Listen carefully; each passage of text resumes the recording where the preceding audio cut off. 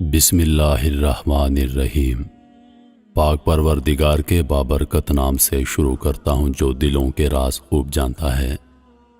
تمام ناظرین کو روحیل وائس چینل میں دل کی گہرائیوں سے خوش آمدید اور محبتوں بھرا السلام علیکم۔ اللہ پاک سے دعا کرتا ہوں کہ اللہ پاک آپ کی تمام جائز خواہشات کو پورا فرمائے، وسیع رزق اور آپ پر اپنی رحمتوں کے سائے ہمیشہ برقرار رکھے، آمین۔ ناظرین اگرامی، آج کا ہمارا موضوع حضرت یونس علیہ السلام کا واقعہ۔ حضرت یونس علیہ السلام اللہ کے نبی تھے۔ آپ کے نام پر قرآن پاک میں پوری ایک سورت ہے جس کا نام ہے سورہ یونس۔ آپ علیہ السلام کا اصل نام یونس ہے اور والد صاحب کا نام متہ بن شتہ ہے۔ بعض حضرات نے متہ ان کی والدہ کا نام بتایا ہے، جیسا کہ ابن کثیر نے فرمایا ہے۔ اس صورت میں ان کی نسبت ماں کی طرف ہوگی، جیسا کہ حضرت عیسیٰ علیہ السلام کی نسبت ان کی والدہ مریم کی طرف ہے۔ حضرت یونس علیہ السلام کو اللہ تعالیٰ نے شہر نینوا کے باشندوں کی ہدایت کے لیے رسول بنا کر بھیجا۔ نینوا یہ موصل کے علاقے کا بہت بڑا شہر تھا۔ یہاں کے لوگ بت پرستی کرتے اور کفر و شرک میں مبتلا تھے۔ حضرت یونس علیہ السلام نے ان لوگوں کو ایمان لانے اور بت پرستی چھوڑنے کا حکم دیا، مگر ان لوگوں نے اپنی سرکشی سے اللہ کے رسول علیہ السلام کو جھٹلا دیا اور ایمان لانے سے صاف انکار کر دیا۔ حضرت یونس علیہ السلام نے انہیں خبر دی کہ تم لوگوں پر عنقریب اللہ کا عذاب نازل ہونے والا ہے۔ یہ سن کر شہر کے لوگوں نے آپس میں مشورہ کیا کہ یونس علیہ السلام نے کبھی جھوٹ نہیں بولا، اس لیے یہ دیکھو کہ اگر وہ رات کو شہر میں رہیں تو سمجھ لو کہ کوئی عذاب نہیں آنے والا، اور اگر انہوں نے اس شہر میں رات نہ گزاری تو یقین کر لینا کہ اللہ کا عذاب ضرور آنے والا ہوگا۔ رات کو لوگوں نے دیکھا کہ حضرت یونس علیہ السلام شہر سے باہر تشریف لے گئے، اور واقعی صبح ہوتے ہی عذاب کے آثار نظر آنے لگے۔ چاروں طرف سے کالی بدلیاں نمودار ہوئیں اور ہر طرف سے دھواں اٹھ کر شہر پر چھا گیا۔ یہ منظر دیکھ کر شہر کے باشندوں کو یقین ہو گیا کہ عذاب آنے والا ہے۔ لوگوں نے یونس علیہ السلام کی تلاش و جستجو شروع کر دی کہ وہ ان کے ہاتھ پر ایمان لائیں گے، مگر وہ دور دور تک کہیں نظر نہ آئے۔ اب شہر والوں کو اور زیادہ خطرہ اور اندیشہ ہو گیا۔ چنانچہ شہر کے تمام لوگ خوف خداوندی سے ڈر کر کانپ اٹھے، اور سب کے سب عورتوں، بچوں، بلکہ اپنے مویشیوں کو ساتھ لے کر اور پھٹے پرانے کپڑے پہن کر روتے جنگل میں نکل آئے، اور رو رو کر صد کے دل سے یونس علیہ السلام پر ایمان لانے کا اقرار و اعلان کرنے لگے۔ شوہر بیوی سے، ماں بچوں سے الگ ہو کر سب کے سب استغفار میں مشغول ہو گئے، اور دربار الہی میں گر گڑا کر گریہ وزاری شروع کر دی۔ جو مظالم آپس میں کیے تھے ایک دوسرے کو معاف کر دیے، اور جتنی حق تلفیاں کی تھیں سب کی سب آپس میں معاف کر دیں۔ غرض یہ کہ سچی توبہ کر کے اللہ عز و جل سے عہد کر لیا کہ یونس علیہ السلام جو کچھ خدا کا پیغام لائے ہیں ہم اس پر صدقے دل سے ایمان لاتے ہیں۔ اللہ تعالیٰ کو شہر والوں کی بے قراری اور مخلصانہ گریہ وزاری پر رحم آ گیا اور عذاب اٹھا لیا گیا۔ ناگہاں دھواں اور عذاب کی بدلیاں رفع ہو گئیں، اور تمام لوگ پھر شہر میں آ کر امن و چین کے ساتھ رہنے لگے۔ اس واقعے کو ذکر کرتے ہوئے اللہ تعالیٰ نے قرآن مجید میں یوں ارشاد فرمایا ہے، جس کا ترجمہ ہے: تو ہوئی ہوتی نہ کوئی بستی کے ایمان لاتی تو اس کا ایمان کام آتا۔ ہاں، یونس کی قوم جب ایمان لائے ہم نے ان سے رسوائی کا عذاب دنیا کی زندگی میں ہٹا دیا اور ایک وقت تک انہیں برتنے دیا۔ مطلب یہ ہے کہ جب کسی قوم پر عذاب آتا ہے تو عذاب آ جانے کے بعد ایمان لانا مفید نہیں ہوتا۔ عذاب آنے کی صورت میں کسی قوم کی توبہ قبول نہیں ہوتی، مگر یونس علیہ السلام کی قوم پر عذاب کی بدلیاں آ جانے کے بعد جب وہ لوگ ایمان لائے تو ان سے عذاب اٹھا لیا گیا۔ عذاب ٹل جانے کے بعد جب حضرت یونس علیہ السلام شہر کے قریب آئے تو اپنے شہر میں عذاب کا کوئی اثر نہیں دیکھا۔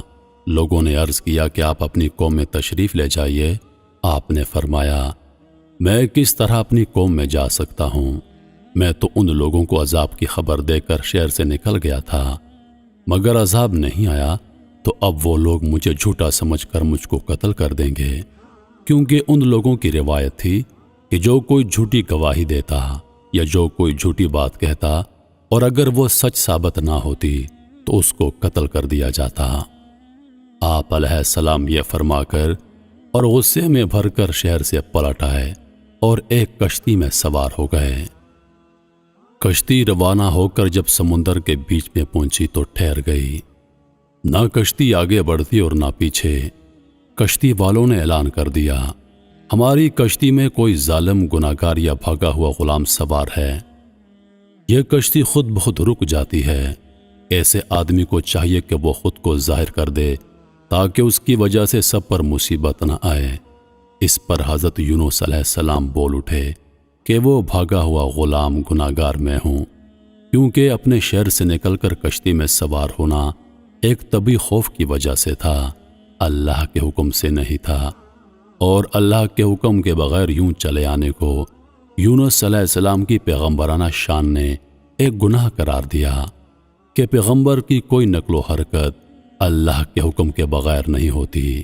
بہرحال آپ علیہ السلام نے فرمایا، مجھے دریا میں ڈال دو تو تم سب اس عذاب سے بچ جاؤ گے، مگر کشتی والے اس پر تیار نہ تھے۔ آپس میں گفتگو کرنے لگے، یہ حسین نوجوان ہے، یہ کبھی جھوٹ نہیں بولتا، یہ پاک دامن نوجوان ہے، یہ بے گناہ نوجوان ہے، اس کو کیسے سمندر میں پھینک سکتے ہیں؟ آخر کار انہوں نے قرآن اندازی کی جس میں یونس علیہ السلام کا نام نکلا۔ لوگوں کو اس بات پر تعجب ہوا اور کئی مرتبہ قرآن اندازی کی گئی، ہر مرتبہ آپ علیہ السلام کا نام نکلا تھا۔ ایک طرف قرآن اندازی میں نام نکلنے پر آپ علیہ السلام کو دریا میں ڈالے جانے کا سامان ہو رہا تھا، دوسری طرف ایک بہت بڑی مچھلی اللہ کے حکم پر کشتی کے قریب منہ کھولے موجود تھی کہ آپ علیہ السلام کو اپنے پیٹ میں جگہ دے دے۔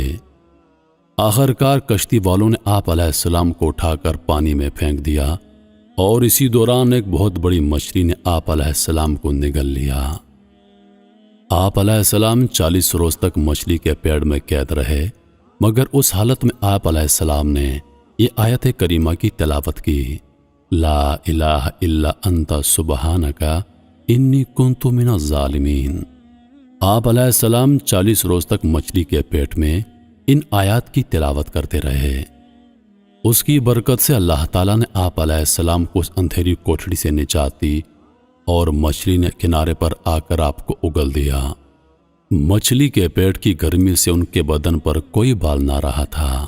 اللہ تعالیٰ نے ان کے قریب ایک درخت اگا دیا جس کے پتوں کا سایہ آپ علیہ السلام کے لیے راحت کا سبب بن گیا۔ نیز ایک جنگلی بکری اللہ کے حکم سے صبح و شام آپ کے پاس آ کر کھڑی ہوتی اور آپ اس کا دودھ پی لیتے۔ رسول اللہ صلی اللہ علیہ وآلہ وسلم نے فرمایا، جب اللہ تعالیٰ نے یونس علیہ السلام کو مچھلی کے پیٹ میں قید کر دیا تو مچھلی کو حکم دیا کہ ان کو لے لو، لیکن ان کے گوشت پر تیرا حق نہیں، کیونکہ یہ تیری غذا نہیں ہے۔ جب مچھلی آپ علیہ السلام کو لے کر سمندر کی انتہائی نچلی سطح میں پہنچی تو آپ علیہ السلام نے کچھ آہٹیں سنی۔ اس پر اللہ تعالیٰ نے وحی فرمائی، یہ سمندری جانوروں کی تسبیح ہے۔ اس موقع پر یونس علیہ السلام نے بھی تسبیح کی۔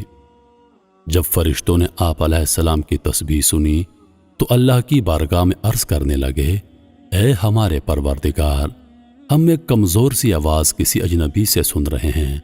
اللہ نے فرمایا، یہ میرا بندہ یونس ہے۔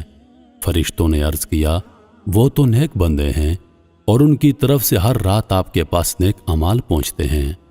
اللہ نے فرمایا، ہاں، یہ میری بہت اچھی تسبیح کرتے ہیں۔ پھر فرشتوں نے اللہ کے حضور حضرت یونس علیہ السلام کی سفارش کی تو اللہ نے مچھلی کو حکم دیا اور اس نے آپ علیہ السلام کو سمندر کے کنارے پر ڈال دیا۔ جب آپ میں کچھ توانائی آ گئی تو آپ علیہ السلام اپنی قوم میں تشریف لائے اور سب لوگ انتہائی محبت و احترام کے ساتھ پیش آ کر آپ پر ایمان لائے۔ محترم عزیز دوستو، جاتے جاتے چھوٹی سی گزارش ہے، اگر کبھی کوئی ویڈیو، کال، واقعہ، کہانی یا تحریر اچھی لگ جائے تو دیکھ لینے کے بعد تھوڑی سی زحمت فرما کر اپنے دوستوں کے ساتھ اس کو شیئر کر لیجئے۔ یقین کیجئے اس میں آپ کا بمشکل ایک لمحہ صرف ہوگا، لیکن ہو سکتا ہے اسے ایک لمحے کی اٹھائی ہوئی تکلیف سے آپ کی شیئر کردہ تحریر ہزاروں لوگوں کے لیے سبق آموز ثابت ہو۔